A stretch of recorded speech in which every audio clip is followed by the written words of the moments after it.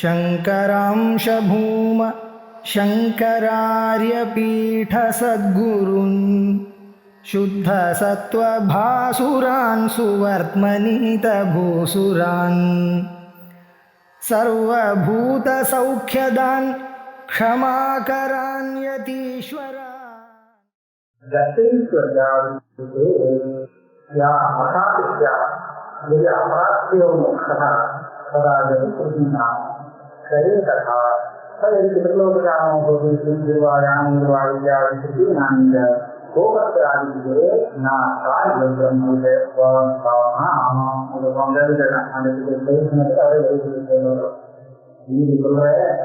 ஆனால் இந்தியர்கள் தயோதமாக இந்த சிறுதிகள்னா இந்த பிரம்மஞானியானவன் இங்கு போக இருக்குங்கிறது அது மாத்திரம் இல்லை, போன இடத்துல அவன் இந்த ஐஸ்வர்யத்தை அடையாங்கிற விஷயங்கள்லாம் சொல்றது ஏகதாகோதி ஸ்ரீதாகோதி பஞ்சதானவதா அந்த பிரம்மலோகத்துக்கு போய் இந்த உபாசகன் எத்தனை சுரூபமாக இருக்கிறான். இங்க ஒரே ஆளா இருக்கலாம், ஒரே சுரூபத்தோடு அங்க அவங்க எத்தனை இஷ்டத்துக்கு அவ்வளவு சுரூபங்களை எடுத்துக்க முடியும். அது மாத்திரம் இல்லை, நினைச்ச சைடு இதுலோக காமம் போகுது. இவங்க இந்த ஜென்மாவுக்கு எத்தனையோ ஜென்மாவும் எத்தனை விதங்கள் இருந்தாலோ அப்பாக்கள் இருந்தாலோ எல்லாருக்கும் ஒரே விதத்துல பார்க்கணும்னு ஆசைப்பட்டா உடனே அவங்க பார்க்கலாம்.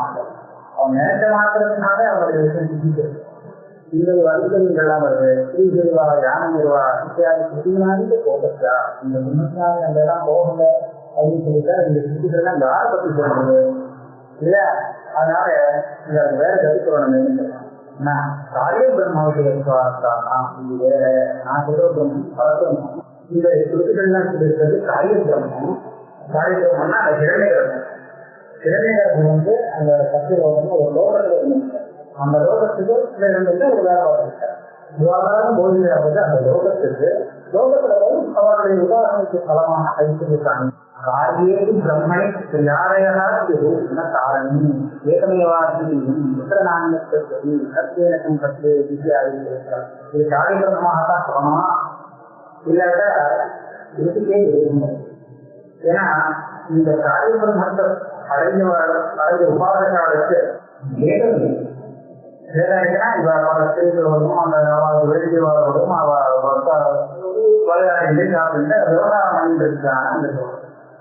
ஆனா பரதமன் சொல்லக்கூடிய இடத்துல எப்படி சொல்றோம்னா ஏகமேவ அப்படின்னு அந்த ரெண்டு இடத்துக்கு அது துவைதமே இல்லை. எத்தனை நான்கு சக்தி அந்த ஆத்மஸ்வரூபத்துல வந்தாங்கன்னா இன்னொன்னு பார்க்கறதுக்கே இல்லை. அப்படி எப்படி விளையாட முடியும்? ஆனா எத்தனை நான்கு நான்கு நான்கு விஜயானாக தப்புமா தற்கேன கம்பத்து விஜயாவுக்கு பரதமன் சொல்லக்கூடிய சுத்திகள் இல்லை. தெய்வத்தில் இடமே. ஆனா இந்த இடத்துல அங்க போய் எல்லாம் விளையாடலாம் இருக்கு. அதனால இந்த பிரம்மம் காரிய பிரம்மம் பிரம்மம் பல நீங்க பயனாளி பிரம்மதனத்துக்கு இந்த விஷயத்தான் இந்த பிரச்சனை வந்து உபாதனை அழைச்சின பொறுத்த ஒரு மார்க்கம் இல்லை. அர்க்கேதாரி மார்க்கம் இல்லை. ரெண்டு மார்க்கம். நல்ல மார்க்கங்கிறது ரெண்டு மார்க்கம். தட்சிண மார்க்கம் உத்தராயண மார்க்கம். தட்சிணாயண மார்க்கம் உத்தராயண மார்க்கம். தட்சிணாயண மார்க்கங்கிறது வெள்ளத்துக்கு போகும். இது சொர்க்கத்துக்கு சொல்லுவதற்கு தெரிஞ்சு போகும். உத்தராயண மார்க்கங்கிறது வேற ரொம்ப இருக்கும். அந்த மார்க்கத்துல பல ஊர்கள் இருக்கு. அதுல விசுவோகம்னு ஒரு ரோகம். அந்த ரோகம் வரையே இவனை அந்தந்த ரோகத்துல இது முன்னாடி ஒரு ரோகத்துல இருக்கிறவாள்னா இருக்கிற தேவதைகள் கொண்டு போய் விட்டுருவாங்க. அதுக்குமே இவனால கொண்டு போக முடியாது. அவன் பிரம்மலோகத்துல இருந்து ஒரு ஆறான நேரத்தை இறங்கி வந்து விசு லோகத்துல இருந்து பிரம்மத்துக்கு அழைத்து போவான். அழைத்து போய் பிரம்மத்துக்கு கொண்டு போவான். ஏனால் பிரம்மதனி அது கண்டது. அப்ப பிரம்மன்னா என்ன? அவன் என்ன வச்சுன்னா பிரம்மன்னா பரபிரம்மத்தை அழைச்சிட்டு போய் கொண்டு வராங்க அப்படின்னு சொன்னா அது வந்து பரபிரம்மமா தான் இருக்குன்னா அப்போது அந்த பரமாத்மத்துவத்துக்கு வெற்றியாளரான அடையிறாங்க. இந்த பிரம்மத்துக்கு இரண்டு தர்மம் வச்சுக்கணும். காயம் தர்மம் வச்சுக்கணும், பரபிரம்மம் வச்சுட்டா விரோதார்த்த வித்யாகர்மனோக அனுஷ்டானத்தில் வித்யையும் கர்மாவும் சேர்த்து பண்ணா மோசம் சொல்லுவது. இது ரெண்டு வச்சு சேர முடியும். வித்யையும் கர்மாவுக்கும் விரோதம் இருக்கு. என்ன விரோதம் இருக்கு? ரெண்டும் பண்ணா கர்மாவான்னு சொன்னா வேதாந்த கர்மம் பண்ணா விரோதம் இருக்கு அப்படின்னு கேட்டா பிரவிலீன கர்த்தாதி காரக விசேஷ தத்துவ விஷயாதி வித்யா தத் விபரீத காரகசார்த்தேன கர்மனா விருத்தி ஞானம்னா என்ன? முதல் ஞானம் இல்லை, அனுபவ ரூபமான ஞானத்தை நான் தியானம் சொல்லுவேன். விஞ்ஞானிகள் அதுதான். அப்போ அது இவன் தானே அகர்த்தாவாகவும் அகோத்தாவாகவும் நான் பார்க்கக்கூடிய இந்த வஸ்துக்குள்ள ஒரு பேதங்கள் எதுவுமே இல்லை, இந்த கர்மாவாக நான் எதையோ அனுபவிக்க போறேன் அப்படிங்கிற எண்ணமே இல்லாமல் இருக்கிறவங்க இருக்காங்க. தன் பொருளுக்கு அனுபவிச்சுட்டு இருக்கிறவங்க இவங்க எப்படி கர்மா அனுஷ்டானம் பண்ணணும்? கர்மாவை அனுஷ்டானம் பண்ணணும்னா அவங்க தன்னை கர்த்தாவாக நினைக்கிறாங்க. அந்த கர்மாவை அனுஷ்டானம் பண்றதுக்கு வேண்டிய அதிகாரம் தனக்கு இருக்கிறதா நினைக்கிறான். அதாவது பிராமணத்துவம், கிரகத்துவம் இத்தியாதி வித்தியாசங்கள்லாம் தனக்கு இருக்கிறதா நினைக்கணும். இந்த சாதனம் இதெல்லாம் சுத்தமா இருக்கு, இதற்கு நான் இதெல்லாம் பண்ணலாங்கிற தீர்மானம் இருக்காங்க. இப்படி இருந்தால் அது இருக்கிறது நான் ஆத்மஹாத்மி அப்படிங்கிற அளவுக்கு இருக்கிறது ரொம்ப வித்தியாசம் இருக்கு. ஒரே நிலையில் எப்படி இருக்க முடியும்? அதனால வித்யாங்கிறது தன் பிரம்மஸ்வரூபமாக அனுபவிச்சுட்டு இருக்கிறது. இது பிரம்மாபவத்துவம் கர்மானுஷ்டானத்துவம் ஒரே சமயத்துல சமுத்தியம் வருதுங்கிறது வஸ்து சுரூபத்தை பார்த்தோம்னா இதற்கு சேர்றதுங்கிறது சொல்ல முடியாது. நதி ஏகம் வஸ்து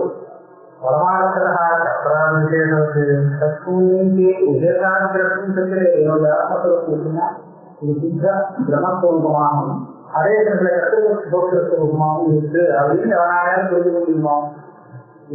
விரோதமா அவர் சென்று அந்த கடலில் இச்சாச்சா கர்த்தா போட்டாவாக நினைக்க இருந்தாலும் அது தப்பு. எனக்கு கருத்து போட்டிருக்கோம் எல்லாம் உண்மையான பொருளும் இல்லை, பிரம்மஸ்வரூபம் தான் உண்மையான பொருளும் அப்படி அதை போகிறது மாதிரி அதை வாங்கிட்டு இந்த விஷயத்தை தெரியும். அங்கீகரத்தை வித்தியாசம் வந்து யுத்தம் சுவாபாவிக அஜ்ஞான விஷயத்தை அதை பார்க்கும்போது கருத்து போட்டிருக்கோம் அந்த விஷயம் சொல்லலாமா, பிரம்மஸ்வரூபத்தை விஷயம் சொல்லலாமா அப்படின்னு பார்த்தா கொஞ்சம் விசாரம் பண்ணி பார்த்து கருத்து போட்டிருக்கோங்கெல்லாம் விஷயம் இந்த பிரம்மம் சொல்றது சத்தியம். ஏன் நான் ஏழு கேள்விகளான்னு கேட்டா ஸ்ருதிங்கிறது எனக்கு தெரியாத கோரிக்கிறது தான் அப்படிங்க. கருத்து போக்குறதுலாம் நமக்கு ஸ்ருதி இல்லாமல் தெரிஞ்சுங்க. அதனால தெரியாத கோரிக்கிறதுக்காக அந்த ஸ்ருதி நமக்கு தெரியாத இருக்க முடியாது, நாம தெரிஞ்சிருக்கிறதுதான் தெரியாத இருக்கலாம். அதனால கருத்து போக்குறதுலாம் ஸ்ருதியில் பிரம்மஸ்வரூபம் சத்தியம். அதனாலதான் ஸ்ருதியே இந்த வெளியிட்ட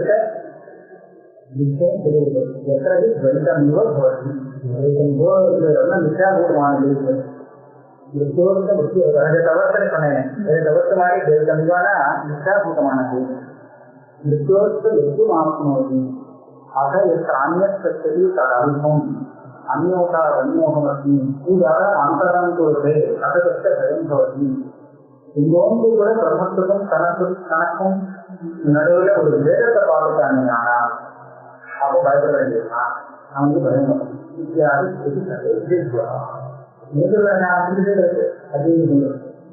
அத்தியஸ்த ஏகத்துவத்தை ஏகதீவானுகிரகம் ஏகமேவாதிரியம் பிரம்மீவேதம் சர்வம் ஆத்மீவேதம் சர்வம் இத்தியாதி தெரிஞ்சா இதுதான் சத்தியங்கிறது. என்னதான் சத்தியம் சொல்லக்கூடிய ஏகம் பிரசிக்கிறது, ஏகமேவ அதிரியம் சத்தம் சொல்றது சத்தனா சத்தியம். அது ஏகமேவாதி ஏகதீவானுகிரகம் அப்படிங்கிறது ஏகைங்கிறது தான் சத்தியம். அதுதான் தெரிந்து கொள்ள வேண்டியது. பிரம்மீவேதம் சர்வம் சரி எல்லாருக்கும் பிரம்மா தான் இல்லை. ஆக இது பார்த்துருக்க அந்த அபிவிருத்த வித்தியாவதிங்கிற சங்கை வராது. சம்பிரதாயி காரகே ஆதர்சனே கர்ம உபபத்தே. இந்த கர்மான்னு ஒரு தேவதையை உபயோகித்து ஒரு திரவியத்தை இந்த எஜமானனா இருக்கிறவன் காரணம். அவர் தேவதை வேறு, இந்த எஜமானன் வேறு, ஜாதமானக்கூடிய திரவியம் வேறு, இதுக்கு கர்மாவுக்கு விட்டு பெறலாம் வேறு. இதெல்லாம் காரணம் எத்தனையோ நேரங்கள் வேண்டியது. அதெல்லாம் இல்லாமல் இதனால கர்மாவும் பண்ண முடியாது. அநேக தர்சனாபவாதத்த வித்யாவிலேயே சகசிரகம் புரியுது. நிர்தோஷ வசுவாத்மாவும் நானாவத்தை வித்யாவிலேயத்துல வேதமே கிடையாது. வேதத்தை பார்க்கிறவனுக்கு வித்யை இல்லை, அவன் அஞ்ஞானின்னு ஆயிரக்கணக்கில் சொல்லி சொல்லுது.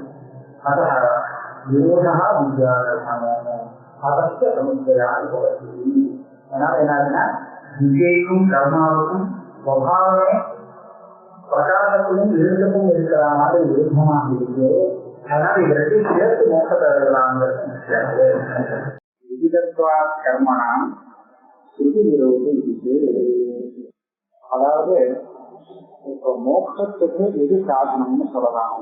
வெறும் கர்மாவா, ஞானமும் கர்மமும் ரெண்டு சேர்ந்தா, இல்ல ஞானம் மாத்திரமா? இதுதான் முக்கியமான விளைவுகள். இதுக்குள்ள ஞானத்தோட சேர்ந்து கர்மாவா, கர்மாவோட சேர்ந்து ஞானமான எது மோட்சத்துக்கு காரணம்னு சுருதி சொல்றது அப்படின்னு பார்த்துட்டு, ஞானம் ஒண்ணுதான் மோட்சத்துக்கு காரணம், வேற எதுவும் ஆகாதுன்னு சொல்லி ஏகம் பந்தியில கர்மாவும் வேதத்தை விதிக்கப்பட்டிருக்கு. மோட்சத்துக்கு சாதனமாக ஞானத்தையும் அதே வேதம் சொல்றது. ஆகையால ரெண்டையுமே செய்ய வேண்டியதுதான். ஞான கர்ம சமிச்சை ரெண்டுமா சேர்ந்து நம்ம அனுஷ்டானம் பண்ணிட்டு இருந்தோம்னால் மோட்சம் வரும் ஒரு பட்சம் வந்தது. அதுல இவர் சொன்னார், இது நீங்க சொல்றது நல்லா இருக்கு, ஆனா ஞானமும் கர்மாவும் ஒரே சமயத்துல ஒரே இடத்துல சேர முடியாது, ரெண்டுக்கும் விரோதமா இருக்கு.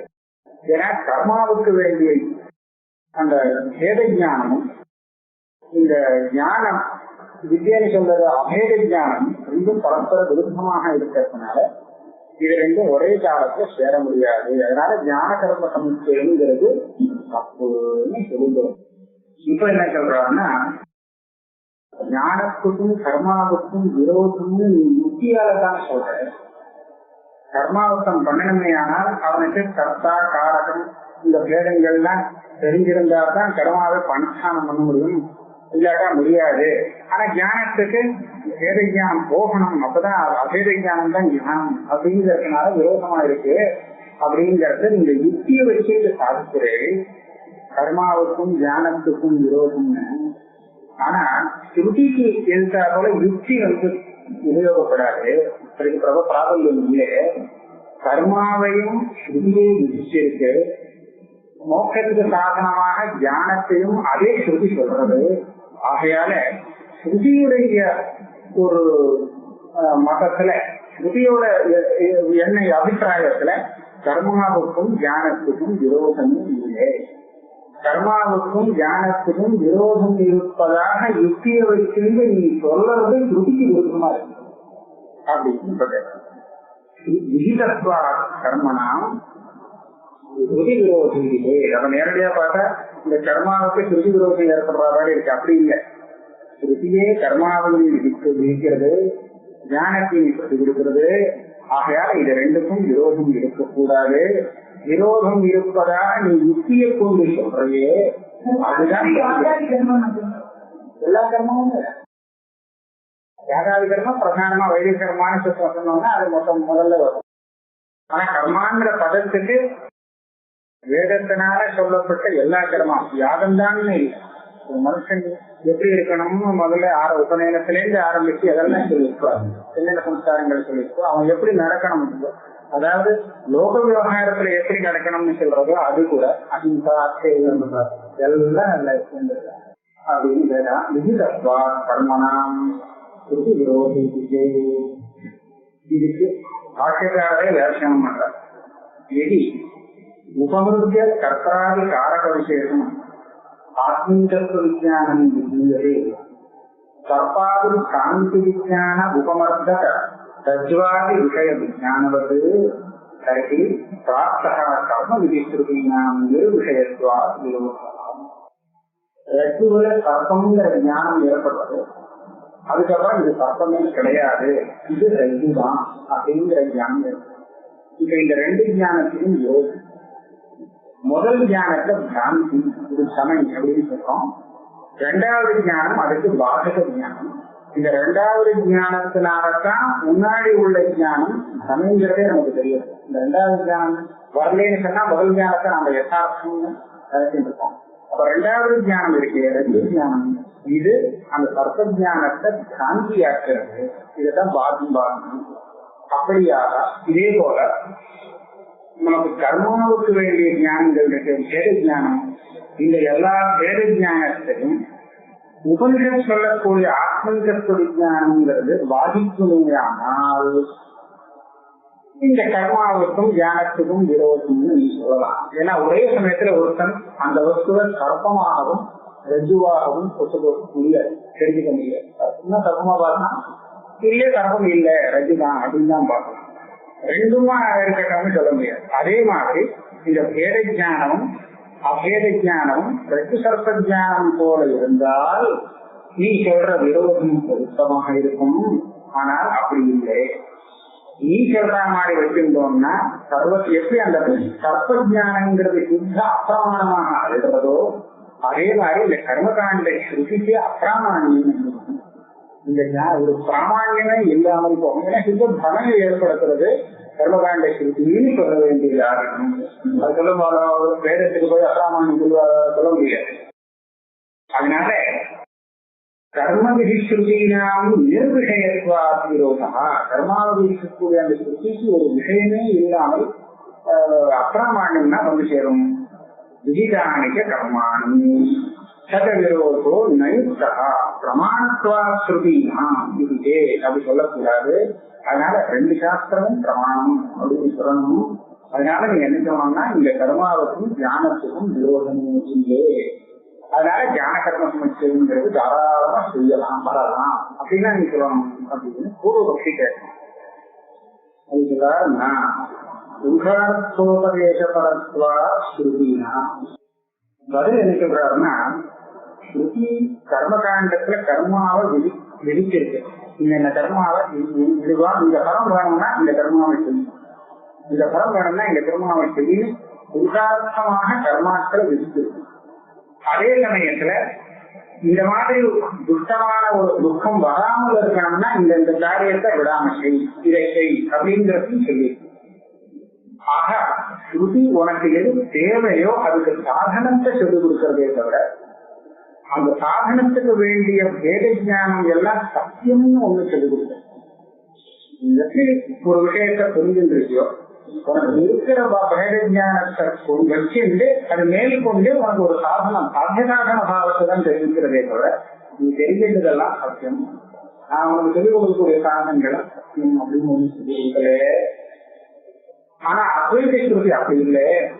அத்வைத ஸ்ருதிங்கிறது இது ஒண்ணுதான் சத்தியம்னு சொல்லிக் கொடுக்கறது. ஆகையால இந்த ரகு ஜானத்துக்கும் சர்ப்ப ஜானத்துக்கும் இருக்கிற மாதிரி ஒரு விரோதம் இங்க இருக்கதான் இருக்கு. வேத ஞானமும் உனக்கு தானா இருந்துருக்கு, சொதகா இருந்துருக்கு. நீ கர்மானுஷ்டானம் பண்றதுக்கு உனக்கு இருக்கக்கூடிய வேத ஞானமே போதும். புதுசா ஸ்ருதி வந்து உனக்கு வேத ஞானத்தை உண்டு பண்ணணும், புதுசா வேதம் இருக்கிறதாக உனக்கு உபதேசம் பண்ணி தெரிவிக்கணுங்கிற அவசியம் இல்லை. உனக்கு இருக்கிற கிரியாகாரக்கான வேத ஞானத்தை கொண்டு நீ இந்த பலத்தை அபேட்சிக்கிறையானா அந்த பலத்துக்கு இந்த காரணத்தை நீ அனுஷ்டானம் பண்ண அப்படின்னு சொல்லிட்டு போறதே தவிர உனக்கு தெரிஞ்சதோ நான் சொன்னதோ எல்லாம் சத்தியம்னு அந்த சொல்லல கர்மகாண்டது. ஆனால் உபனிஷத் சொல்லி அப்படி இருக்கு. உனக்கு தெரிஞ்சதெல்லாம் மிச்சா பிரம்மம் ஒண்ணுதான் சத்தியம் அப்படின்னு. அப்படி இருக்க என்னாச்சு, 2க்கும் விரோதம் இருக்கு. விரோதம் இருக்கிறதுனால இத 2ஐயும் சேர்த்து செய்யறதுங்கிறது ஒருத்தனால முடியாது. இதுக்காக நீங்க கேட்கலாம், இப்படி சொன்னா அதை சுருதி பிரமாணமாகுமா கர்மகாண்ட சுருதி அப்படின்னு கேள்வி வரும். அதுக்கு நாங்க பதில் சொல்றோம். உத்ராசோபதேசபரத்வாஸ்ருதினா அதுக்கே வேணும். வித்யோபதேசபர தாவத் ஸ்ருதி சம்சாரா புருஷோ விமோக்ஷயிதவ்யஹ இதி சம்சார ஹேதோஹ அவித்யாயாஹ வித்யா நிவர்த்தி கர்த்தவ்யா இது வித்யா பிரகாசகத்வேன பிரவருத்தா இது ந விரோதா. அதாவது வித்யை உபதேசம் பண்ணக்கூடிய ஸ்ருதி, அதாவது வேதாந்தம்ங்கிறது உபனிஷத்துங்கிறது இந்த வித்யாதிகாரியான புருஷனை சம்சாரா மோக்ஷித்தவ்யா, இந்த சம்சாரத்திலிருந்து அவனுக்கு மோட்சத்தை கொடுத்து அவனை ஆனந்த சுரூபமாக்கணும், அதாவது அவித்யை வித்யை கொடுத்து நிவர்த்தி பண்ணணும் அப்படிங்கிறதுக்காகவே இந்த சித்தியானது ஏற்பட்டிருக்கு. வித்யை பிரகாசம் பண்றது இதுக்காகவே அந்த ஸ்ருதி பிரவர்த்திச்சிருக்கு. ஆனா நீ சொன்ன கர்மகாண்ட ஸ்ருதி இருக்கு, அது அந்த மாதிரி இருந்தது. இந்த வித்தியாசம் இருக்கு. சரி, இந்த வித்தியாசம் காமிச்சா என்ன ஆயிடுச்சு? இதனால நான் கேட்ட கேள்விக்கு ஒன்றும் பதில் வரலையே. உபனிஷத் சாஸ்திரமானது மனுஷனுக்கு மோட்சத்துக்கு வேண்டிய சாதனத்தை போதிக்கிறதுங்கிறது இருக்கட்டும். ஆனால் கர்மகாண்டம் சொல்லக்கூடிய விஷயம் ஞானகாண்டம் சொல்ற விஷயத்துக்கு நேரு மாறுதலா விருப்பமாத்தானே இருக்கு. அப்படி இருந்தால் அது அப்பிரமாணம் தான் சொல்ல வேண்டியிருக்கும். அதுக்கு நீங்க என்ன பதில் சொன்னீங்கன்னு கேட்கலாம். தேவமபி கர்த்தாதி காரக சத்தாவ பிரதிபாதன பரம் சாஸ்திரம் விரும்பிகட்டே வாயுகே. இந்த யாகத்தை இப்படி பண்ணியானால் உனக்கு இந்த பலம் சொர்க்கம் ஏற்படும். இந்த யாகத்தை எப்படி பண்ணணும் இருக்குன்னா அதுக்கு இந்த சாசனம், அதை இந்த மாதிரி பண்ணணும், இத்தனை பேருக்கு சொல்லி வச்சிருக்கணும், இந்த எத்தனை விஷயத்தையும் அப்ப இதெல்லாம் இருக்கிறதாக தானே சொல்லி சொல்றது. அவ சொல்லி சொன்ன விஷயத்துக்கு நேர் விரோதமான அத்வைதம் உபனிஷத்தை சொல்லிக் கொடுக்கறது. இந்த விரோதத்துக்கு நீ என்ன பரிகாரம் பண்ணினேன்னு கேள்வி பதில் சொல்றார். யதா பிராப்தமேவ காரகாஸ்தித்வம் உபாதாய உபாத்த துரிதக்ஷயார்த்தம் கர்மாணி விதத்தே சாஸ்திரம் முமுக்ஷூணாம் பலார்த்தினாம் ச பலசாதனம் ந காரகாஸ்தித்வே வியாப்ரியதே. இத உனக்கு தெரிஞ்ச ஞானத்தை கொண்டு அது கர்மாவை உனக்கு விதிச்சிருக்கே தவிர நீ தெரிஞ்சின்றது எல்லாம் அஸ்தி. அஸ்தின சத்தியம் அப்படிங்கிற விஷயத்தை அது போதிக்கிறது. இங்க சொல்றதுக்காக வரல. யதாபிராப்தமேவ காரகாஸ்தித்வம் உபாதாய, நீ தன்னுடைய பிரமாணங்கள்னால இது இந்த மாதிரி இருக்கு அப்படிங்கிற விஷயத்தை புரிஞ்சுட்டு அதை எடுத்துட்டு நீ தன்னை பிராமணன் வச்சுருக்க. பிராமணன் வச்சிருக்கிறதால பிராமணனாக இருக்கிறவனுக்கு இந்த கர்மா அப்படின்னு விசாரம் பண்றதை விட நீதான் பிராமணன் சொல்ல வரல. பிராமணன் யாரு தன்னை வச்சுட்டு இருக்கானோ பரம்பரையா நாலாம் பிராமணன் அப்படின்னு யாருக்கு அபிமானம் இருக்கோ அந்த அபிமானம் உள்ளவனுக்கு கர்மாவை இருக்கிறது. இந்த மாதிரி பிராமணனா இருக்கிறது இது செய்யும். ஆனா இவன் தான் பிராமணன் அப்படின்னு சொல்லி சொல்லியிருக்கிறார். யாரு பிராமணன்கிறது நம்ம சாஸ்திரப்படி வேற விதமா தெரிஞ்சுக்க வேண்டியதுதான். அதனால முமுக்ஷூணாம் பலார்த்தினாஞ்ச பலசாதனம் சாஸ்திரம் காரகாஸ்தித்வே. தான் சொன்ன விஷயங்கள்லாம் சத்தியம்னு கர்மகாண்டத்திற்கு ஒரு நாள் சொல்லுங்க. உபகித துரித பிரதிபந்தத்தை வித்யோத்பத்தி நாமகல்பதே தத்கயே வித்யோத்பத்தியா ததச்ச அவித்யானூர்த்தி ததக ஆத்மந்திக சம்சாரோ. அப்ப சாஸ்திரத்துடைய அபிப்பிராயம் என்ன? கர்மாவெல்லாம் இவ்வளவு விசாரம் பண்றது நிச்சய கர்மாவெல்லாம் அதுக்கு என்ன அபிப்பிராயம் அப்படின்னு கேட்டா, உனக்கு இருக்கக்கூடிய இந்த துரிதம்னா பாபம். இந்த பாபங்கள் நிறைய இருக்கிறதுனால இது ஞானத்துக்கு பிரதிபந்தம் ஆகிடும். இது நிறைய மனசுல சேர்ந்துருந்தா அப்ப வித்யோத்பத்திங்கிறது ஏற்பட முடியாது. அப்ப வித்யோத்பத்தி வரணும்னா என்ன பண்ணணும்? இந்த பாபங்கள் எல்லாம் ஷேம் பண்ணணும், ஓரளவுக்கு நாசமாகும். அதை நாசம் பண்றதுக்காக உனக்கு இந்த கர்மாக்கள் சொல்லு. இந்த கர்மாவை பண்ணீங்கன்னா உங்களுக்கு சித்தம் சுத்தமாகும். சித்தம் சுத்தமாகுங்கிறது இதான் அர்த்தம். தற்கயேத வித்யோத்பத்திக்கா சித்தத்துல இருக்கக்கூடிய வித்தியைக்கு பிரதிபந்தகமான துரிதங்கள், துரிதம்னா பாபங்கள், அந்த பாபங்களுக்கெல்லாம் கடன் ஏற்பட்டால்தான் வித்தியே உண்டாக முடியும். தகச்ச அவித்யான விருத்தி, வித்தியங்கிறது ஏற்பட்டால்தான் அவித்தியைக்கு நிறுத்தி ஏற்பட முடியும். அவித்யான விருத்தி ஏற்பட்டால்தான் திரும்பி சம்சாரங்கிறது வராமல் இருக்கும், பஞ்சுங்கிறது வராமல் இருக்கும். அதுக்காக சாஸ்திரம் கர்மாவை கர்மாவே சாஸ்திரியத்தை சொல்ல கர்மாவை ஸ்நானம் பண்ணி சித்தசுத்தியை ஏற்படுத்திண்டு வித்தியை ஏற்படுத்திண்டு இந்த வித்தியா அவித்தியை நிவர்த்தி பண்ணி அதுக்கப்புறம் மோட்சத்தை அடையணும்னு சொல்றதுக்காக பரம்பரையா சில குழந்தைகள் இருக்க.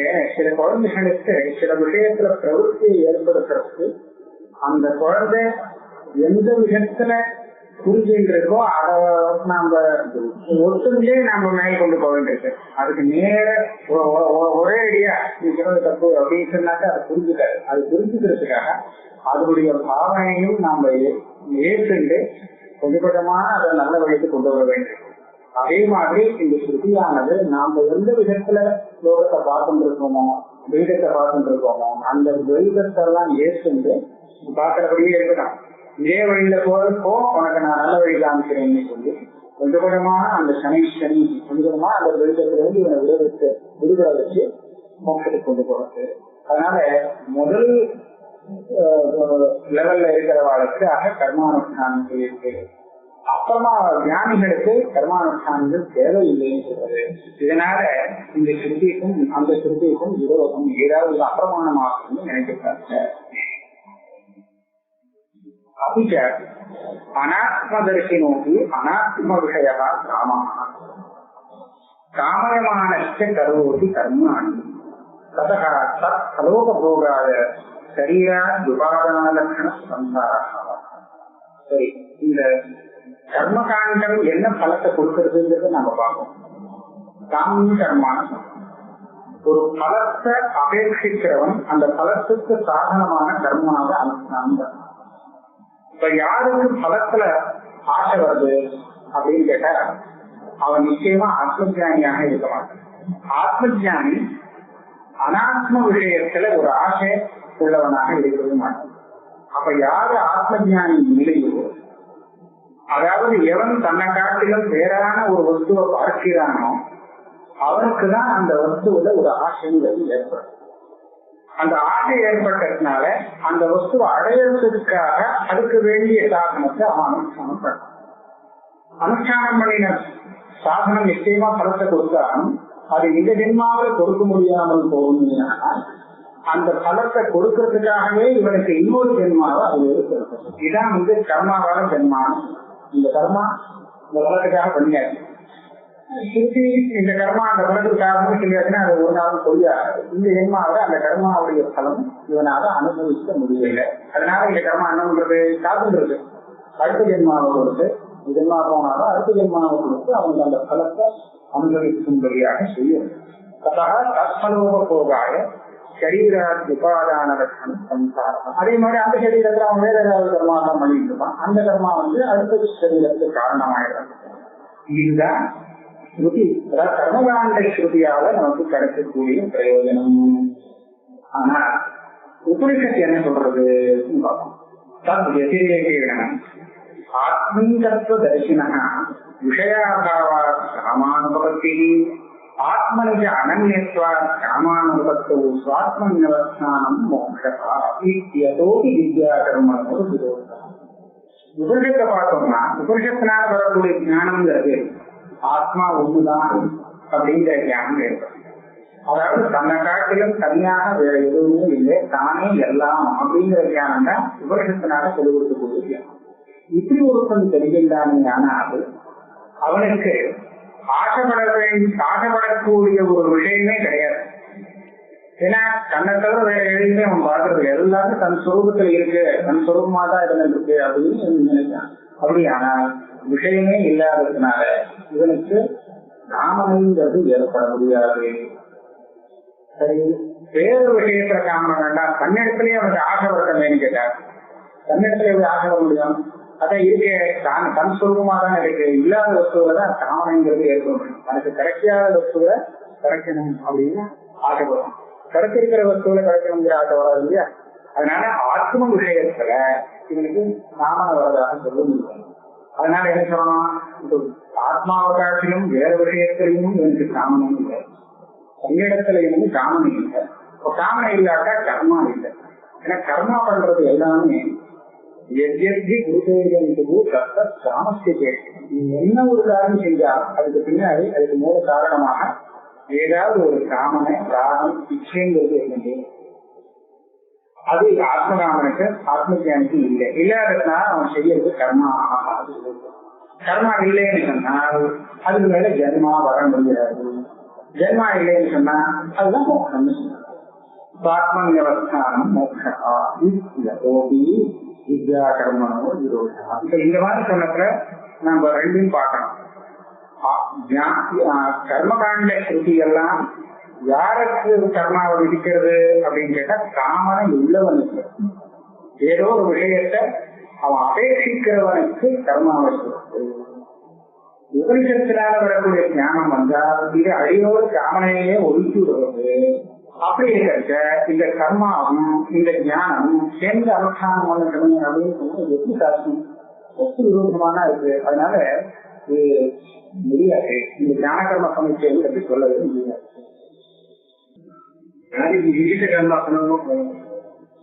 அவனுக்கு விகிதமே இல்லை. அது வாசல்ல இந்த விஷயத்துல விசாரம் பண்ணிருக்கான். இப்ப தத்துவ ஞானம் வந்ததுக்கு அப்புறம் அந்த ஞானவன் சாஸ்திரப்படி நடந்துக்கணுமா வேண்டாமா? அவங்க இஷ்டத்துக்கு நடந்துட்டான் அப்படின்னு சொல்லியாச்சுன்னா அது சாஸ்திர விரோதம் வரும். அவன் இதுனாயிடும், பிரதிவாதம் பாபம் தான் வரும் அப்படின்னு. இதுக்கு ஸ்ருதி சொல்றது, அதாவது சூத்திரம் ஸ்ருதி சொல்றது என்னன்னு கேட்டா சூத்திரக்கார ஸ்பஷ்டமா எழுதிக்க, ஞானம் வந்ததுக்கு அப்புறம் அவன் செய்யக்கூடிய எந்த கர்மாவும் அவனை ஒட்டாது. புண்ணியமும் ஒட்டாது, பாபமும் ஒட்டாது. எதை வச்சுன்னு சொல்றது, இவன் அதுக்கப்புறம் பண்ணக்கூடிய கர்மா பாபமாக கூட இருக்கலாம்னு வச்சுட்டு, புண்ணியமாகவும் இருக்கலாம், பாபமாகவும் இருக்கலாம். எப்படி இருந்தாலும் அது இவனை சேராது. ஏன்னா இவனுக்கு தன்னை பிடிக்கணும் தான், ஆத்ம ஜானம். அதாவது இந்திரன் எத்தனையோ காய்கள்லாம் தூரமான கர்மாக்கள்லாம் பண்ணான். அந்த சன்னியாசிலாம் பண்ணிருக்கார்கள். எத்தனையோ கர்மாக்கள் பண்ணினாலும் இந்திரன் என்ன சொல்றார், தப்புகாரியங்கள் எல்லாம் பண்ணி எனக்கு சுமந்து அதனால ஹானி ஏற்படலை. ஏன் தெரியுமோ, எனக்கு ஆத்ம ஞானம் இருக்கு, நான் என்ன தெரிஞ்சுட்டு இருக்கிறதுனால இந்த கர்மா என்ன ஒட்டாது அப்படின்னு. ஆனா இதை வச்சுட்டு ஆத்ம ஜானிக்கு தப்பான காரியங்கள்ல பிரவருத்தி வரும்னு சொல்லவில்லை. அந்த கதை இருக்க, இந்திரன் ஒரு தப்பு காரியம் பண்ணியும் அவனுக்கு ஒண்ணும் ஒட்டலை அப்படின்னு சொல்ற கதை இருக்கு. அது ஆத்ம ஜானத்தை ஸ்தோத்திரம் பண்றதுக்காக. ஆத்ம ஜானம் பாரு, அது எவ்வளவு பவித்திரமானது, இவ்வளவு அபவித்திரமான கர்மா கூட அவனை ஒட்ட விடாம பண்ணிட்டு வர்றாங்க. ஆத்ம ஜானத்தை பிரசந்த பண்றதுக்காக அந்த கதை இருந்தது. இப்ப அதை வச்சுட்டு இதுக்கு மேல ஒரு சமயம் அவன் தப்பான காரியத்துல பிரவருத்தி ஆத்ம ஜானிக்கு ஏற்பட்டாலும் அது இவனை ஒட்டாதுன்னு சூத்திரக்காரர்கள்.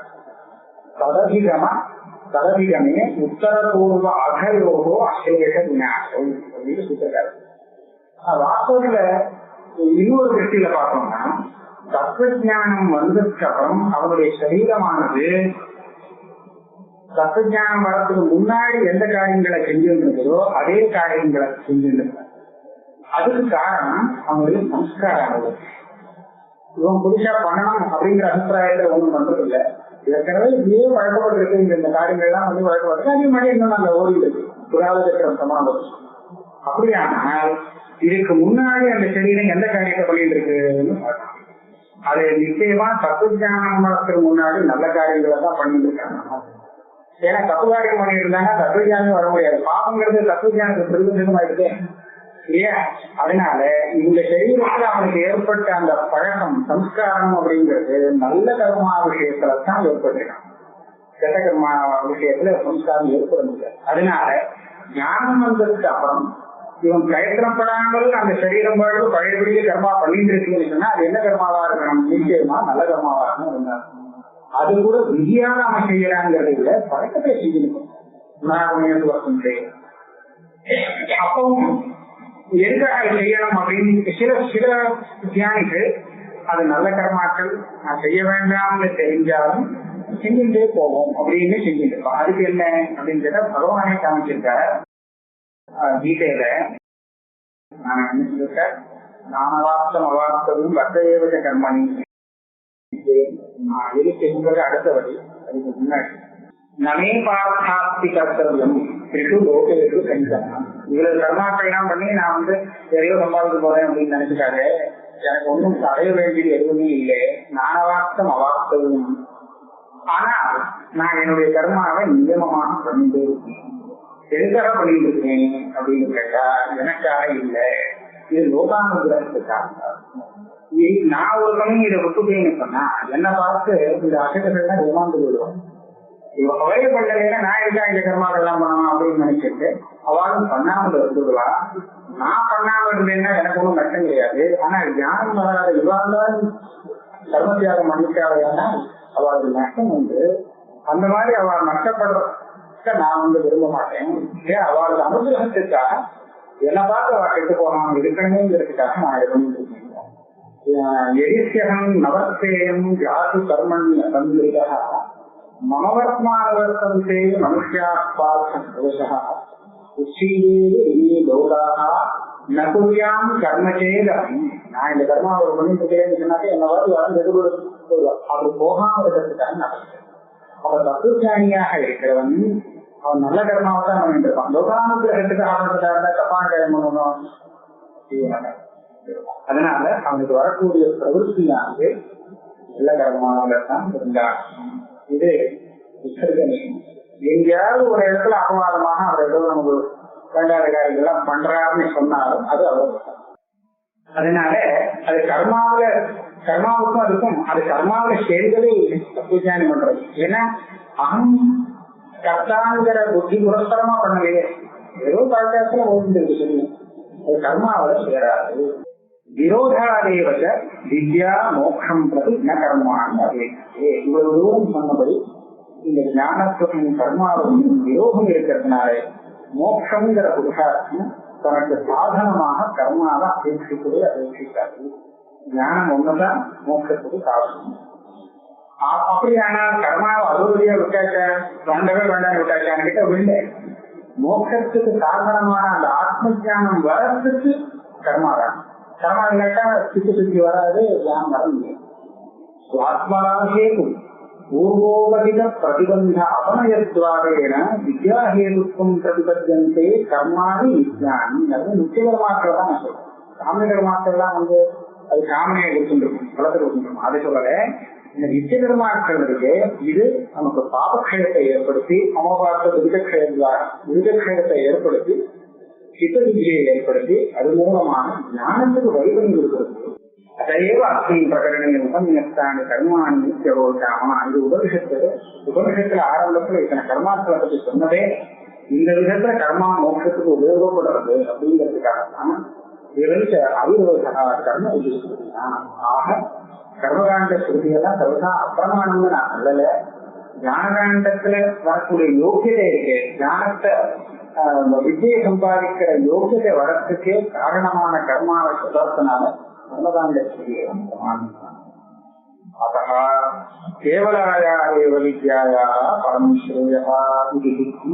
இதனால என்ன விஷயம் வருது? மோட்ச பரம் ஸ்ரேயான மோட்சம். இந்த மோட்சம் எதுலேருந்து எதனால நமக்கு கிடைக்கும்? கர்மாவாரையா வித்யாவையான்னு சொன்னா வெறும் வித்யாதான். வித்யங்கிறது தியானம், தியானாதேவது கைவர்க்கம். தியானத்துக்கு முன்னால்தான் மோட்சம் ஏற்பட முடியும். தெரியுமா?